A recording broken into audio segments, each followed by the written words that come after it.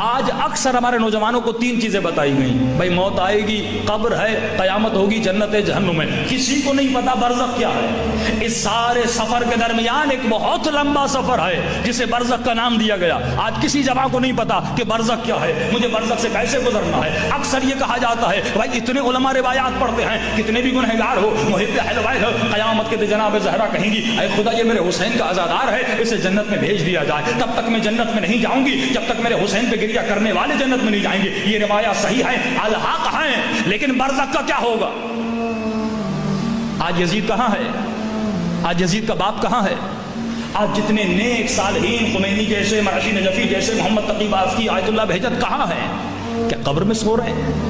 قیامت تو ہوئی نہیں، حساب و کتاب تو ہوا نہیں، اس وقت وہ کہاں ہیں؟ ابھی اگر میں مر جاؤں تو میں کہاں جاؤں گا؟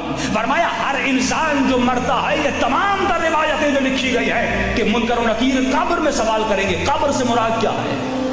قبر سے مراد ہے برزخ۔ یہ قبر نہیں جو مٹی کی قبر آپ دیکھ رہے ہیں جس میں انسان کا جسم گل جاتا ہے، یہ قبر نہیں ہے۔ قبر سے مراد برزخ ہے۔ روح مکمل دفن ہونے کے بعد برزخ میں منتقل ہو جاتی ہے، برزخی جسم میں منتقل ہو جاتی ہے۔ اب مولا فرماتے ہیں اگر ہمارا محب ہوگا، اگر خطا کی ہے تو اللہ کی یہ بھی نعمت ہے کہ اس پر برزخ میں عذاب ہوگا۔ اگر شراب پیا ہے برزخ میں عذاب ہوگا، اگر تارک الصلاۃ تھا برزخ میں عذاب ہوگا، اگر والدین کا احترام نہ کرتا تھا برزخ میں عذاب ہوگا، اگر خمس کی ادائیگی نہ دیتا تھا برزخ میں عذاب ہوگا، اگر زکات نہ دیتا تھا برزخ میں عذاب ہوگا، تمام تر فروع دین جن کا انکار کرتا تھا برزخ میں عذاب ہوگا۔ فرمایا شفاعت کا تعلق قیامت سے ہے، برزخ سے نہیں ہے۔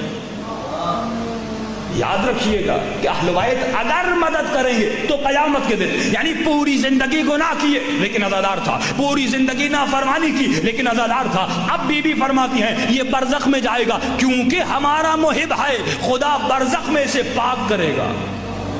کس کے ذریعے؟ عذاب کے ذریعے پاک کرے گا۔ اب جب قیامت کے دن آئے گا پھر بھی نام اعمال میں وہ گناہ تو لکھے ہے نا۔ ایسا تو نہیں کہ جہنم میں عذاب دیکھنے سے ہر انسان پاک ہو جاتا ہے، اگر ایسا ہوتا 1000 سال سو گزر گئے، یزید ابھی تک جل رہا ہے، پاک نہیں ہوا۔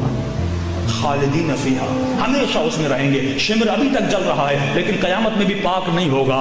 خرملا ابھی تک جل رہا ہے لیکن قیامت میں پاک نہیں ہوگا۔ ابن ملجم ابھی تک جل رہا ہے لیکن قیامت میں پاک نہیں ہوگا۔ فرمایا یہ نعمت پروردگار ہے، اگر محب ہو اور گناہ کیے ہیں تو برزخ میں عذاب کو چکھنا پڑے گا۔ اب بی بی فرماتی ہیں اگر برزخ کے عذاب سے بچنا چاہتے ہو تو بی بی کیا کرے؟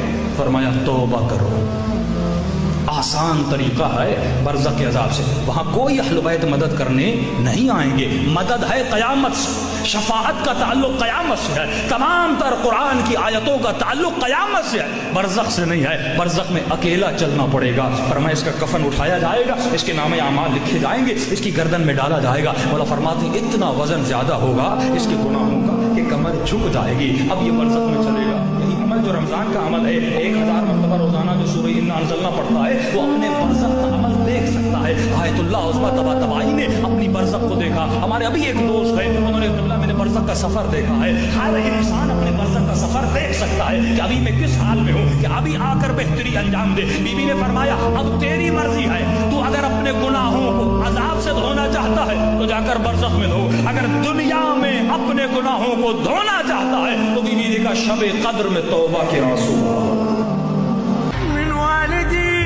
سلام آقا، پس دوری از حرم بزار بیام